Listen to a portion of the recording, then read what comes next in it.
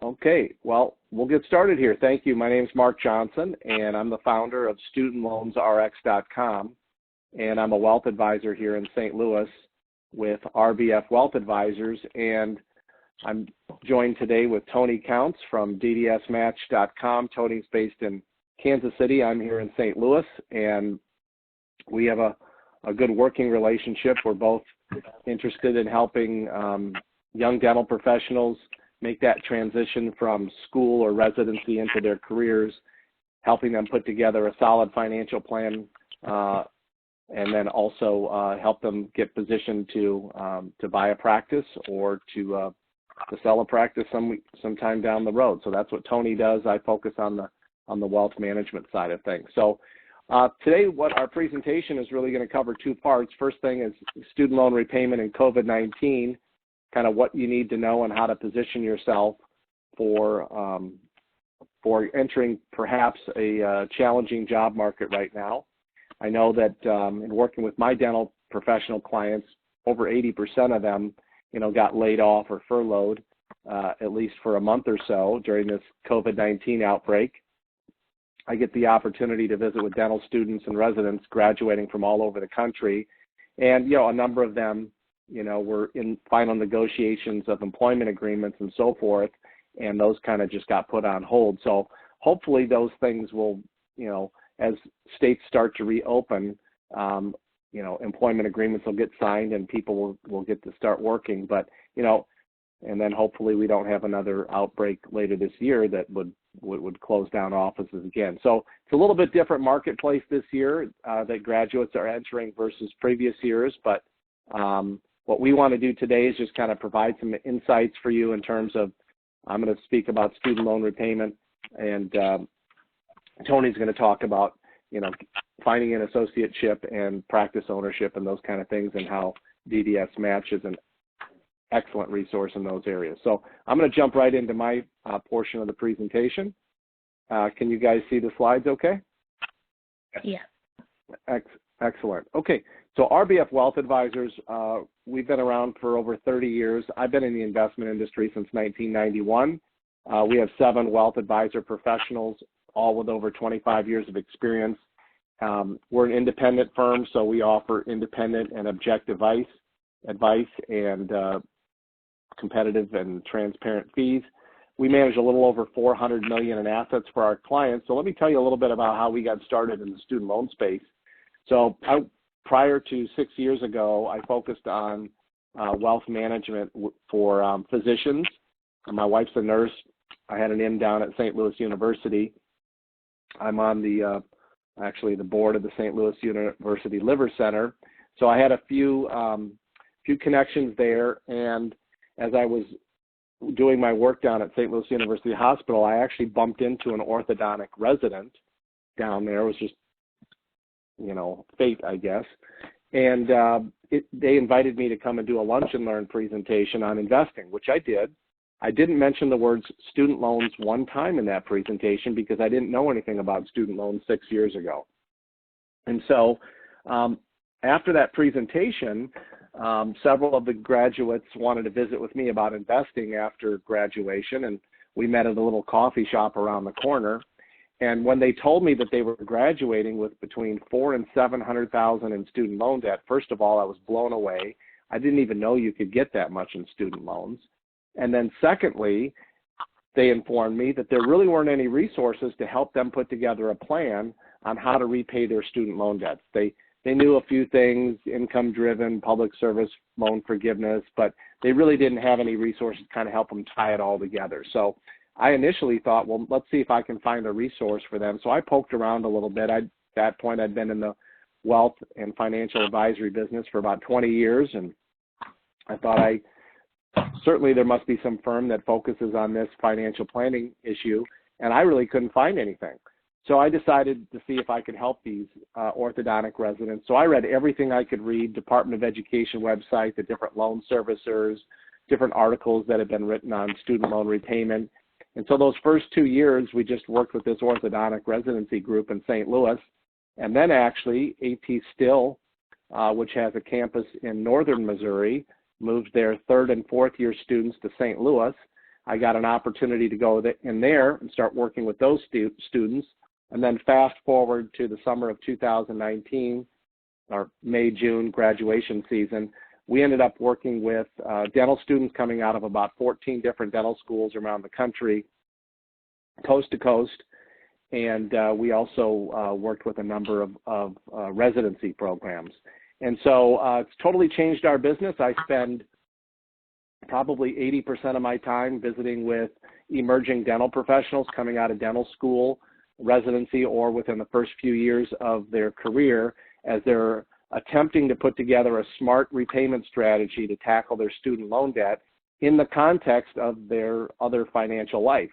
And so we really believe that the best way to approach student loans is in the context of a comprehensive plan, because no matter what you do with your student loans, it's going to impact all of the other areas of your finances. So household living expenses, insurance, travel, fun, travel, entertainment, gym membership, how much you can save and invest towards retirement. All of those things are going to be impacted by the student loan repayment strategy that you choose. And so what we try to do is help our clients put together that comprehensive plan.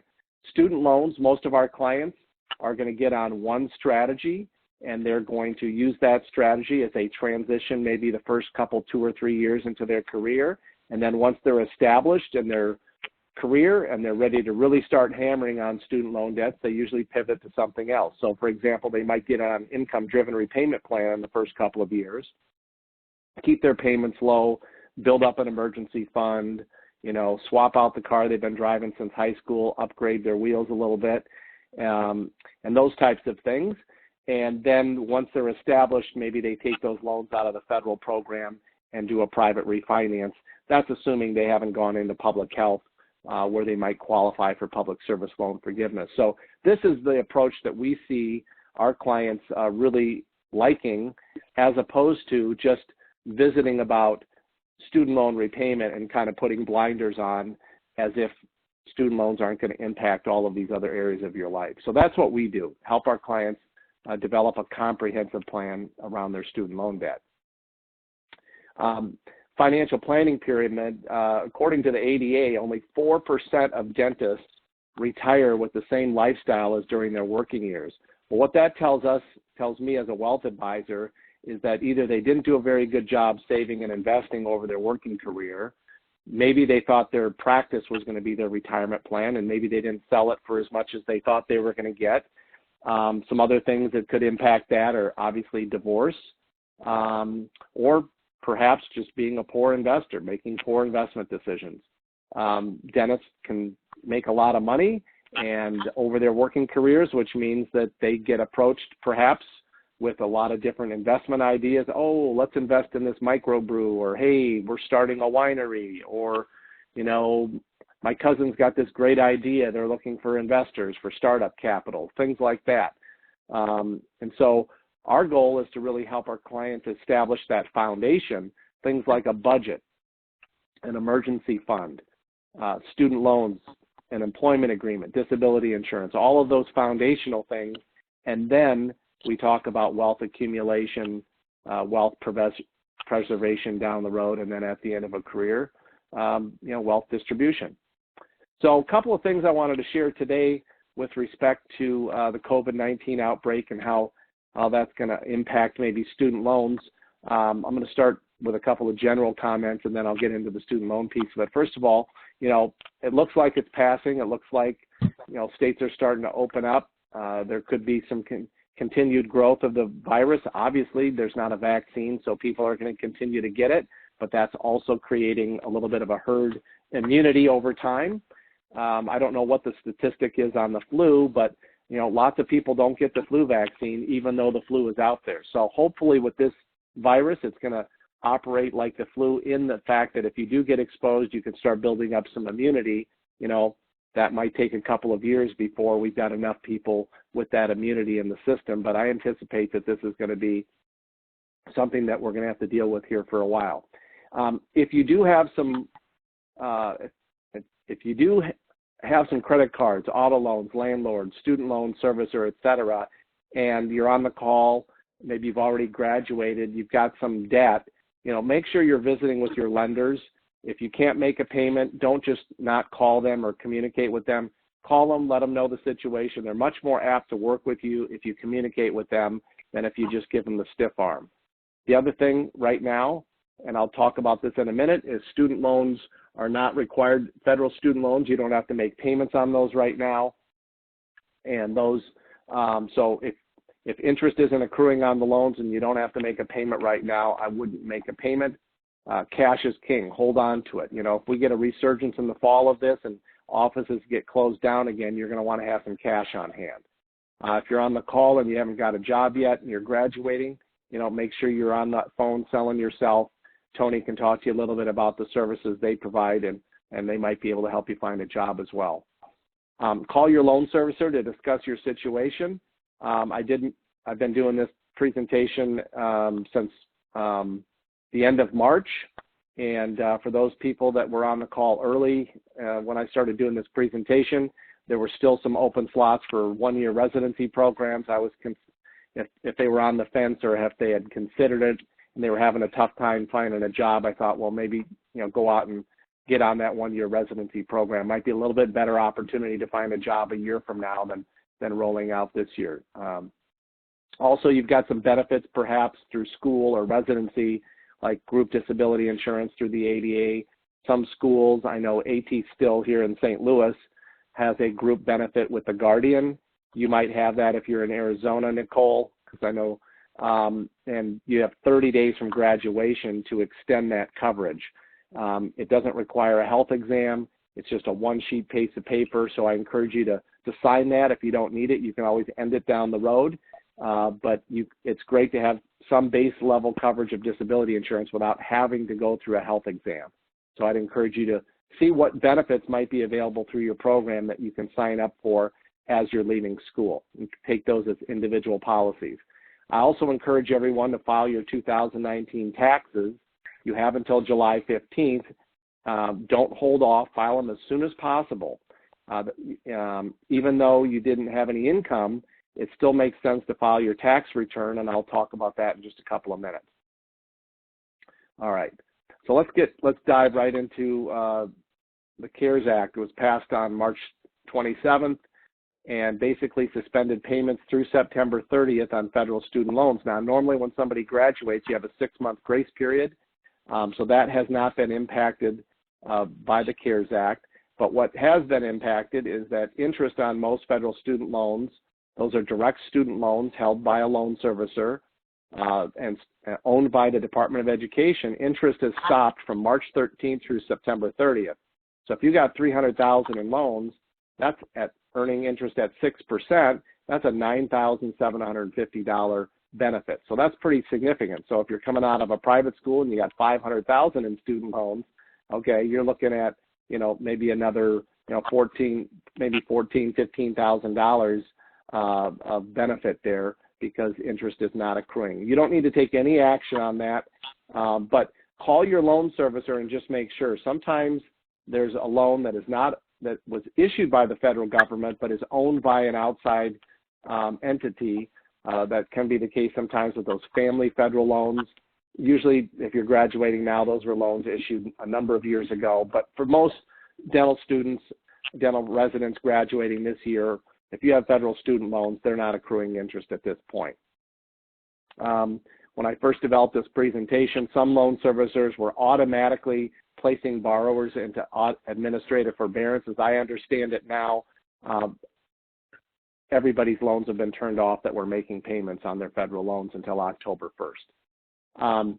Being the CARES Act did not negatively impact public service loan forgiveness. So if you got laid off, you work at a public health clinic, you were in your 120-month repayment of your student loans under the public service loan forgiveness.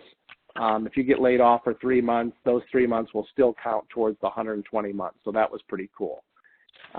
One idea though is if you got laid off and you don't have any income right now. I spoke to a young man graduating 2018 this morning. He got laid off. His income is zero right now. He's starting back up in 3 weeks. And I suggested he consider recertifying his income right now to lower his payment on his income-driven repayment plan over the next 12 months. So that's something. If you're making payments, stop making payments if you don't have to. There's no reason to make payments on your student loans right now if you don't have to. You don't have to go out and spend that money, but keep it as cash, and if you want to make a big payment on October 1st, go ahead and do that. And then I always encourage you, call your loan servicers to discuss your particular situation. Double and triple check everything they tell you. I've been doing this for 6 years now. I trust about 50% of what I'm told when I get on the phone with a client and their loan servicer. They don't have great training. God bless them. They service $1.7 trillion in student loans, but there's a lot of loans out there, and I think they have a pretty high turnover in their organizations. So just be careful. Make sure the information they're providing you is accurate. You can do checks on Google. You can call them back 30 minutes later, get somebody else on the phone, make sure you get the same answer, those kind of things. Okay. President Trump's announcements and the CARES Act have no effect on private loans. So if you've got a loan with SoFi or Laurel Road or something like that, that CARES Act does not cover that. And so the bottom line is if you're graduating, you need to have a plan on what you're going to do to repay your student loans. There's some tricks that you can do that save you some interest, and there's things like loan consolidation, private loans, etc. We offer a free 30-minute consultation, so I'm just going to show you real quick how to do that.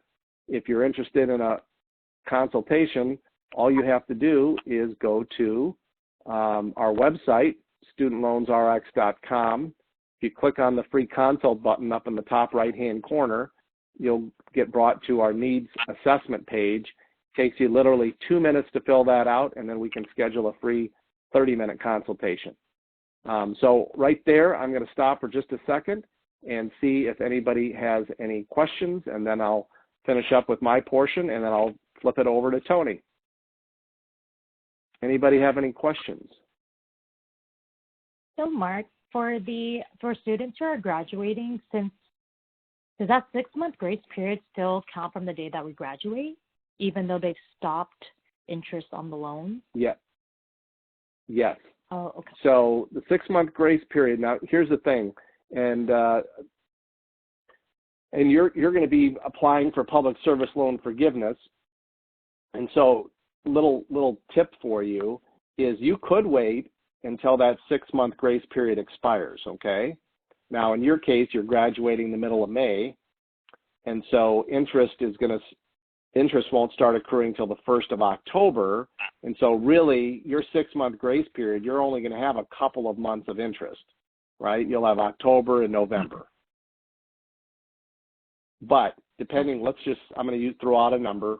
Let's say you're graduating with $500,000 in student loan debt. Okay, at 6%. At 6%, that's $2,500 a month of interest. So October and November is going to accrue $5,000 of interest if you don't do anything. If you let your 6-month grace period expire and you don't do anything with your student loan, that's going to be an extra $5,000 added to your student loan if you have $500,000. So we generally recommend that, immediately upon graduation, you implement a repayment strategy. And we're sharing this. Normally my presentation is about an hour, and I can talk for 3 hours, as Tony knows. So, but I'd love to schedule a one-on-one with you, and we can talk about your particular situation. But we generally recommend getting enrolled in whatever your repayment strategy is going to be, that you implement that immediately upon graduation. Don't wait until your 6-month grace period expires. Under a normal circumstance, this is a little bit unique because interest is turned off till October 1st, but on a $500,000 loan over 6 months, that's $15,000 of extra interest that just gets added to the loan.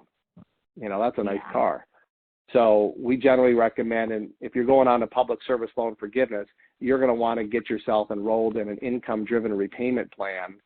I don't think you necessarily have to start the process of that until maybe August, but you definitely want an income-driven repayment plan in place so that on October 1st, when interest does get turned back on, okay, you're on an income-driven repayment plan. And because you're coming out of school probably without any income, Uncle Sam would subsidize up to Uncle Sam would subsidize up to 50% of your interest on the revised pay-as-you-earn plan if you're single without any income coming out of dental school. So that extra 2 months, instead of interest accruing at $5,000, only $2,500 would be applied. Okay, so that right there is a $2,500 gift from me to you. Okay. And if you're making payments right now while they're stopping interest, does that go to your principal or does it still go towards your interest? It goes to interest first. But again, I wouldn't do that. Yeah. Okay. And I wouldn't be making payments if you didn't have to make payments. Your student loan balance, on federal student loans, is not growing right now. And who knows if we're reopening the economy right now. What if that doesn't work? And what if we see a huge spike in COVID-19 again, and they shut down offices? You're gonna want to keep your hands on that cash. So that's why I tell people I'm encouraged to know that people want to pay off their student loan debt quickly, but let's do it smartly also. And if you don't have to make a payment right now, there's no reason to make a payment. So I'm going to finish up my portion, and then I'm going to tip it over to Tony.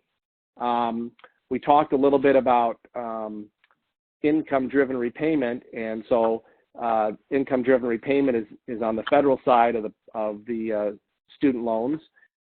There's pros and cons for being in the federal program. Obviously, right now, the pro is that interest isn't accruing, and you don't have to make payments on your federal loans until October 1st.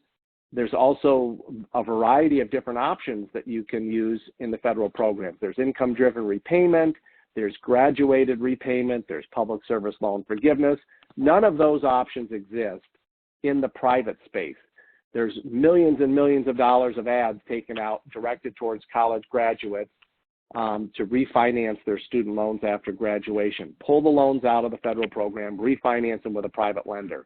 I'm generally not an advocate for that until the graduate is well established in their career, maybe 2 or 3 years out.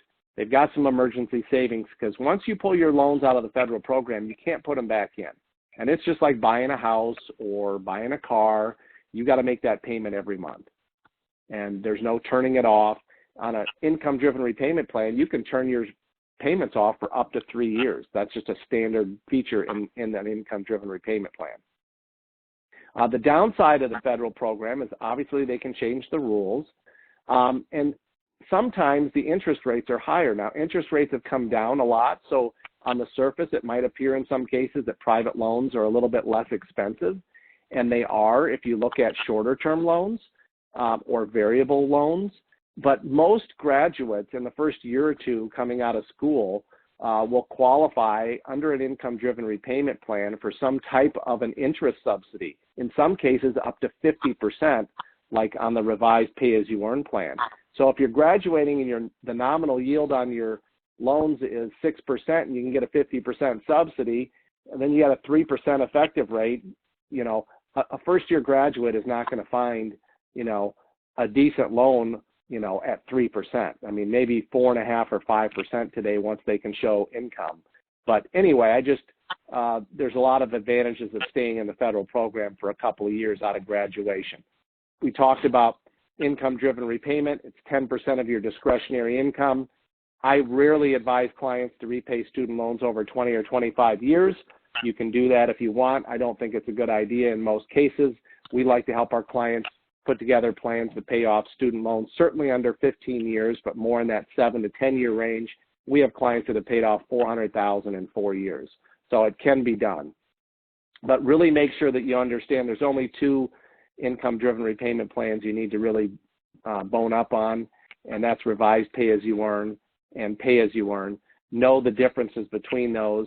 Revised pay-as-you-earn has a very nice interest subsidy, and it's a great plan, especially for single folks coming out with no income from either dental school or residency. And then refinancing, this will be one of the last slides I show, and then I'm going to tip it over to Tony. Refinancing, right now I'm saying it's probably not a good time. Keep your loans in the federal program until you're established in your career, but when you do, so who should refinance right now? maybe foreign students stay in the U.S. They have private loans now at higher rates, maybe 7 to 10%. If you had to take out a private loan from maybe Sallie Mae or Discover, that perhaps sometimes people have federal loans and they have a couple smaller private loans that they had to take out. So those might make sense to refinance right now if you can get a lower interest rate. But what I would encourage you to do is make the lenders compete for your business. Don't take the first offer. Fill out a couple online applications and play one off the other. So, for example, let's say you get an offer at 5.5% and you get an offer at 4 3/4. Okay, take that 4 3/4 offer, take a screenshot of it, upload it to the lender that gave you a 5% or 5.5% quote, and say you've got 48 hours to beat this 4 3/4. If you can play that game back and forth for a week or so, we help our clients do that. You can save yourself some money. Because they will compete for your business. But make sure you crunch the numbers for your entire financial plan to make sure that pulling those loans out of the federal program really makes sense. So there's a couple different strategies we help our clients implement. We've got a number of clients that come and say, I want to pay off our debt as quickly as possible. So we have a strategy and a track to help them with that. My favorite strategy is, I want to become a practice owner as soon as possible. We have a strategy to help them implement that within their financial plan. And then there's a number of folks that say, hey, Mark, we've been in school since kindergarten. We're getting married. We're buying a house. We're upgrading our transportation. Practice ownership is maybe something down the road, but we're going to focus on our lifestyle here for a couple years and get situated in our careers, and that's fine. Whatever your goals are, our job is just to help you crunch the numbers and put together a plan so that you've got a track to run on, and so you're making the best decisions you can. So again, we'd love to visit with you. You can visit our website, click on the free consult button, and we can discuss your personal situation. And then our website is, my email address is studentloansrx@rbfadvisors.net. So I'm going to tip it over to Tony, and I'm going to let Tony present, and he'll finish up the presentation, and then we'll open it up for some more Q&A. So Tony, I'm going to figure out how to pass that to you. You should get, yep.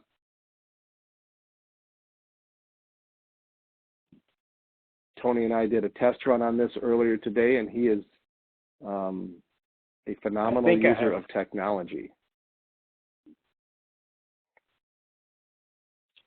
Can you see there that? It is. All right. Looks beautiful. Well, okay, Nicole, and everyone else that might be out there. I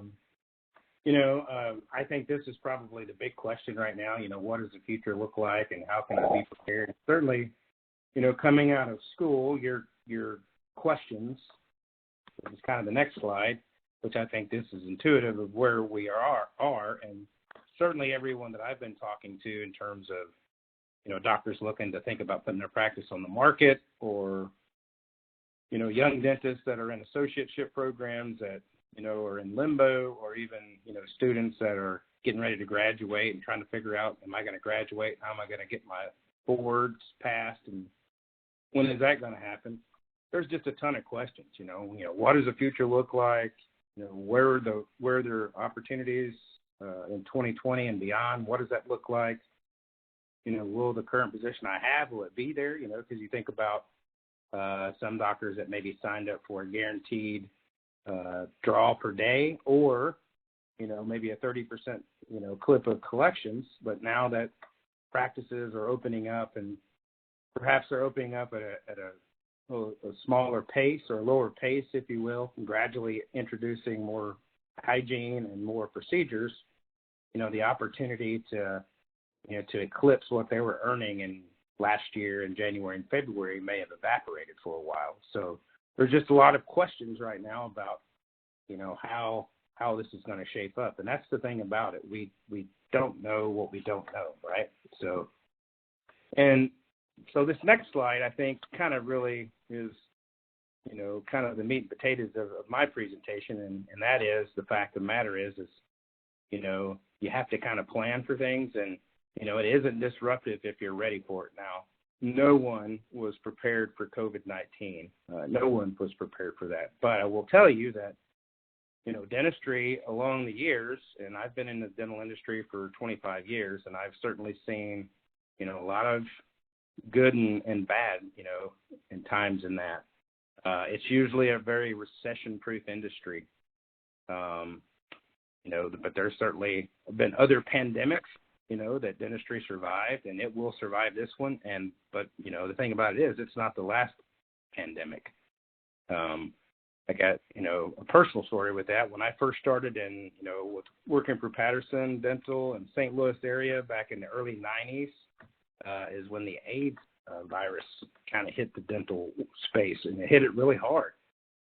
And I tell people this, and they look at me and shake their head and say, I can't believe that happened. But in those days, there were dentists that didn't wear gloves or didn't wear masks or, didn't sterilize their handpieces, right?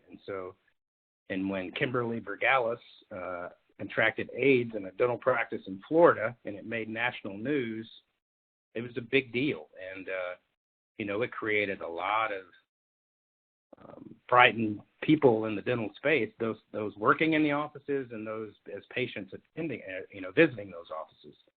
And so a lot of changes with PPE, with protocol, with the CDC, with OSHA, a lot of those things that we're hearing right now, a lot of that took place then. Practices survived it, practices moved on, and practices were profitable going forward. My next point there is technology. I do think that technology is going to be a bigger part of dentistry, even more so than kind of what we're thinking, in terms of digital and same-day crowns and things like that. But I'm talking about teledentistry, minimizing patient visits, just a stronger patient standard of care with PPEs and just the overall infection protocol. Now, when you start introducing new technologies and new things that are a little bit different, the same thing happened to practices back after the AIDS situation and also some of the recession markets that we've had, and that our profit margins and operations are certainly affected. I've already talking to dentists some older dentists are like, I don't know if I can withstand, adding all of these additional costs to my bottom line with all these PPEs and stuff, and not to mention the health concerns. Maybe they're at an age where they really can't, they don't want to be susceptible to, contracting the disease themselves and or taking it home to a spouse that may be ill. So I am hearing some noise from older doctors that, we're maybe not quite ready to retire, but this has kind of lifted that situation for them and made them rethink it. So I guess the bottom line is there's going to be a lot of changes. There's a lot of questions, but certainly we've been there, we've done that, and we've figured it out. And dentistry is such a resilient industry, and we will get through this. You obviously have a spot already picked out, and that's great. And I think that, some of these public health and some of these corporate opportunities certainly give young dentists an opportunity to go and address honing their skills, becoming faster and more confident. And at the same time, just like Mark said, given the ability to pay back on some of those loans and then kind of adjust your spending, if you will, and minimize some of your debt so that when you are ready to buy a practice that you can be nimble and understand what you're buying. I've just put down some pros and cons here, if you can see the screen, just from an associateship standpoint. As you know, probably, when you're an associate at an office or at a corporate or public health and you are just an employee, you're really not investing anything other than time. So you've kind of given up some control in terms of decision making, what type of technology, maybe what type of procedures, what type of supplies, what type of, what kind of thing goes on day-to-day decisions. Not always, but that's generally the case. There's somebody making those decisions for you, as opposed to when you purchase a practice, in which there's a couple of different ways to do that. Actually, there's also a startup, but we're not seeing as many startups today as we used to. But when you purchase a practice that's already got some of those processes in place, then you essentially can pick the ball up and run with it. But what I will say now is that this COVID-19 thing is certainly going to change, I think, the game in terms of how we evaluate practices and how we determine what that value is or what you're investing in. And there's going to be, like I said, I've talked to a few docs that are, thinking about selling their practice, and I think there's going to be a lot of doctors that kind of want to do it themselves, for a for sale by owner kind of situation. And all I would say to that is buyer beware, because they're trying to sell their business maybe to get out from under it, but you really want to know what you're buying. And essentially, the majority of what you're buying, other than what you can see, is the goodwill. And let's be sure what we're buying, what the patient base looks like, what the demographics look like, what kind of procedures are they doing, what's the opportunity for growth. And that's the biggest thing, as I can tell you. So as you're going through the next 3 years, just kind of, be cognizant of that and kind of pay attention to, talk to your colleagues and talk to your friends, about the practices they bought. What did they like about it? What did they not like about it? If they had it to do over again, what would they do? Those are all solid questions, that and things that you could just have in casual conversations and learn something from. Any questions so far? No, everything seems good. All right. And so in here, the next slide is about building your team. And so again, with, 3 years, to kind of get your ducks in a row, if you will, I think the top 4 are definitely people that you want on your team as a young dentist, whether you are an owner or not. But certainly you want to have someone that's an attorney, because you're going to sign an employee contract, and you want to make sure that that's not necessarily just in the group's favor or the doctor that's the hiring doctor's favor, but also in both sides. So make sure you got a good attorney that can help you review those contracts. Make sure you have a good relationship with a banker or lender, because, again, you're going to need to be nimble when the time comes, and you're going to need to have your ducks in a row. Also, a good CPA that really understands dentistry. And like I mentioned, there's the guys out in California. They probably have a list of these guys that could help you, put you in place. And the thing about it is we have these relationships with these people, as Mark can attest. And so the next one there is a wealth management person. So, and I trust Mark, and I know that he's going to advise young doctors in the right way to manage their debt and to start trying to figure out how they can accumulate wealth. And all of this ties together. Then as you purchase a practice, you need to have trusted advisors, whether it's the dental distributor or, you're going to need an IT person, a marketing specialist to kind of help you, with your website, branding, social media. And in 3 years, who knows what that is going to look like. Practice, business consultants, real estate from your lease negotiations. So there's really, when you think about it, you just look at this list and you think, man, I can't do this by myself, right? So you really need a trusted team of advisors to kind of help you through this. And I think the key word with that is trusted, and there'll be a lot of people, as Mark mentioned, trying to get, in your pocket, so to speak. And it really is important that you listen to the right people, because listening to the wrong people can certainly set you back and cost you a little bit more money than you really didn't need to spend. So real quickly, who is DDS Match? We are dental professionals with a lot of us have extensive experience. As I mentioned, I've been in the dental industry for 25 years. We are the fastest growing dental transition company in the U.S. We're based out of Indianapolis, but we are coast to coast. We have 29 professionals in 39 states. And I think the bottom bullet point there about transparency is probably the biggest thing that sets us apart. You probably heard from that, some dental practice brokers, do dual representation where they represent both the seller and the buyer, which I don't understand that and how that works, but apparently it does.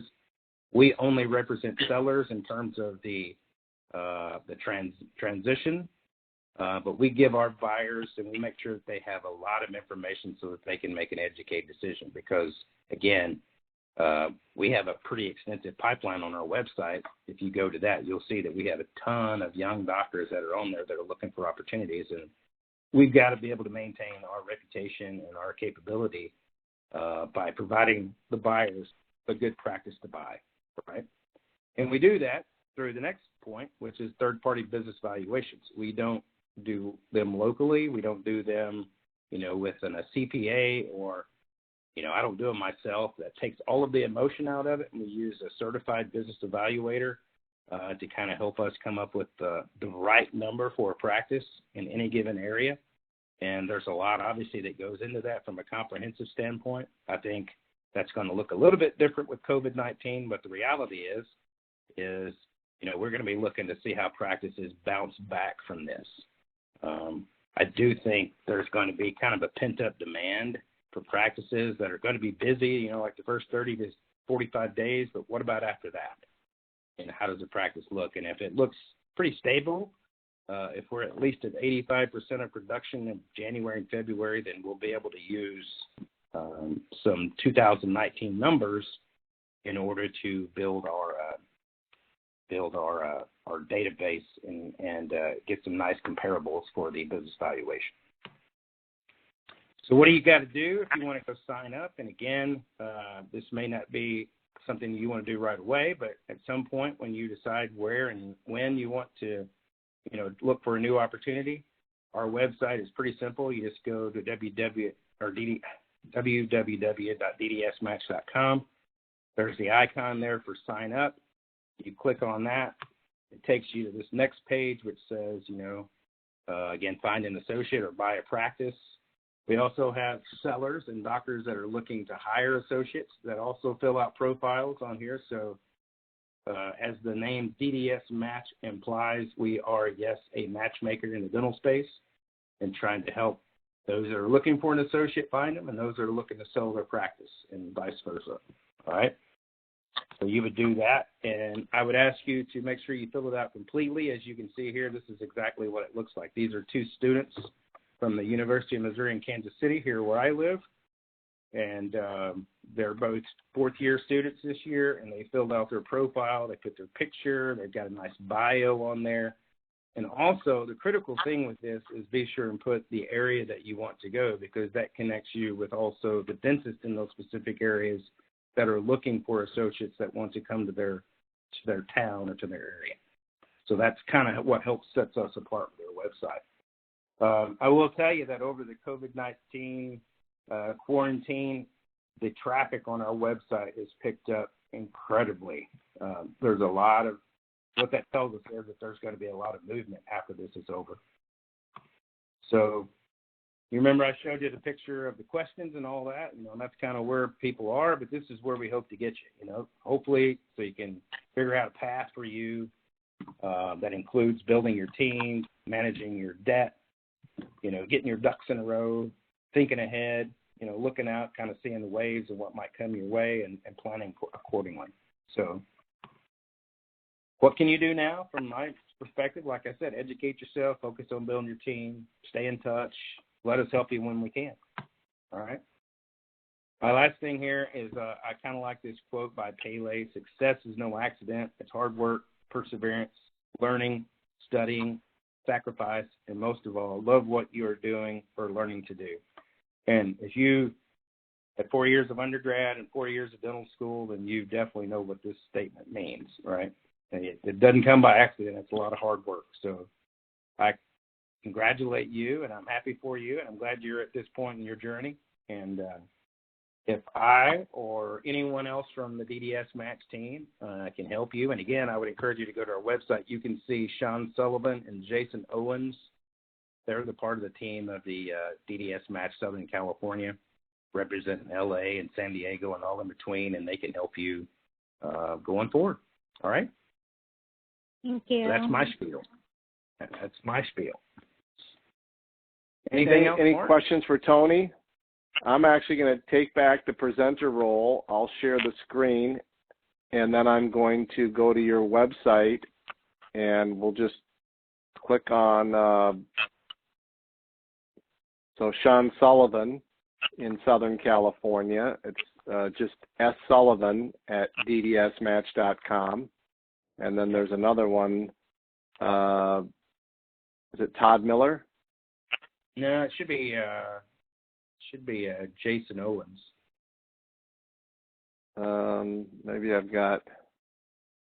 Yeah, I don't know why that's popping up like that, but I can give you a little background Yeah. on these guys, Nicole. Sean was the general manager for Patterson Dental in San Diego for over he's probably 25 years. He knows everybody in that market. He sounds familiar to me. Yeah, you probably saw him at some events and stuff, and I mean, he's really dialed into the whole dental community there. And a guy named Jason Owens, he was an equipment specialist for Patterson and a general manager for a while.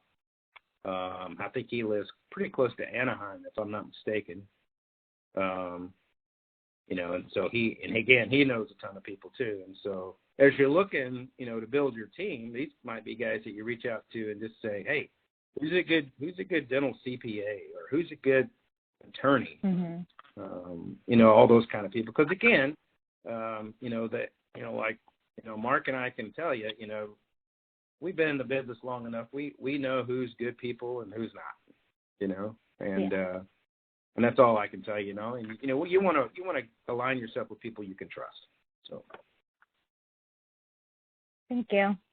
So Nicole, do you have any questions for either Tony or myself? Again, we'd love to visit with you. If you'd like to schedule a free consult with us to talk about your particular financial situation and your student loan strategy, and kind of chart out a timeline of when you need to do what and stuff like that.